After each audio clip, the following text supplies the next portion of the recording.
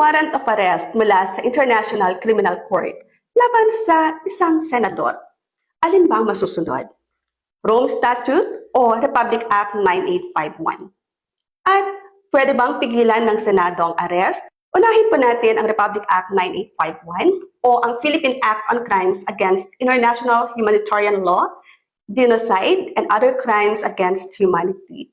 Mahalagang tandaan po natin na isa batas ito noong 2009 bago pa tayo maging miyembro ng Rome Statute noong 2011. Ibig sabihin, kahit noon pa man, may sarili ng batas ang Pilipinas laban sa crimes against humanity.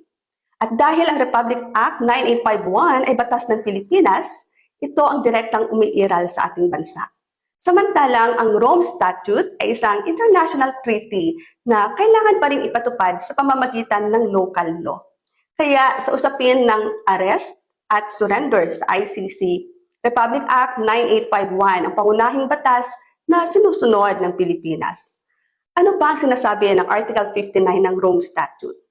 Kapag may taong inaresto dahil sa ICC warrant, kailangan dalhin siya sa korte ng bansang umaresto sa kanya para sisiguraduhin ng korte na tama ang taong inaresto at siya yon. Pangalawa, wasto ang proseso ng pag-aresto. At pangatlo, nirerespeto ang karapatan ng akusado. Mahalaga po ito. Hindi direktang sinasabi ng Article 59 kung paano mangyayari ang arrest sa Philippines. Ang sinasabi lang nito ay gamitin ang sariling batas ng bansa. At sa atin, yun ang Republic Act 9851. Kaya may mga desisyon na rin ang ating Korte Suprema tungkol dito. Sa Bayan Muna versus Romulo noong 2011, sinabi ng Supreme Court na ang surrender sa International Tribunal ay maaaring gawin ng Pilipinas.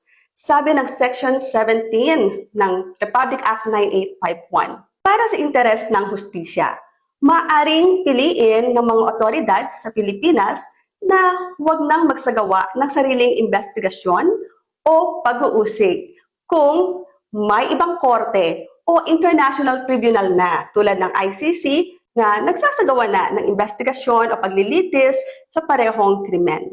Sa halip, maaaring isuko o ipa-extradite ng Pilipinas ang pinaghihinalaan o akusadong tao sa tamang international court o sa ibang bansa ayon sa umiiral ng mga batas at kasunduan tungkol sa extradition. Sa madaling paliwanag, pinapayagan mismo ng Republic Act 9851 na makipagtulungan ang Pilipinas sa international tribunals tulad ng ICC kung sila na ang nakikinig sa kaso.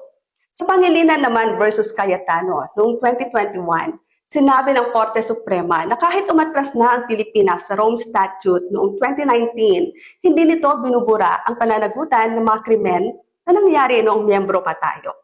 Ibig sabihin, nananatiling mahalaga at umiiral ang Republic Act 9851. Paano naman ang parliamentary protection?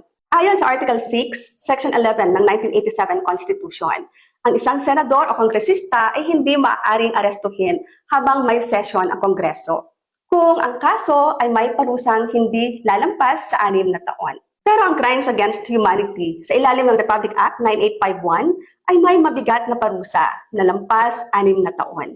Kaya hindi po ito sakop ng protection na ito. Kaya kung pipigilan ng Senado ang pag-aresto sa isang senador na merong ICC warrant, maaaring magkaroon ng legal issue at posibleng maituring na pagharang ito sa proseso ng hustisya.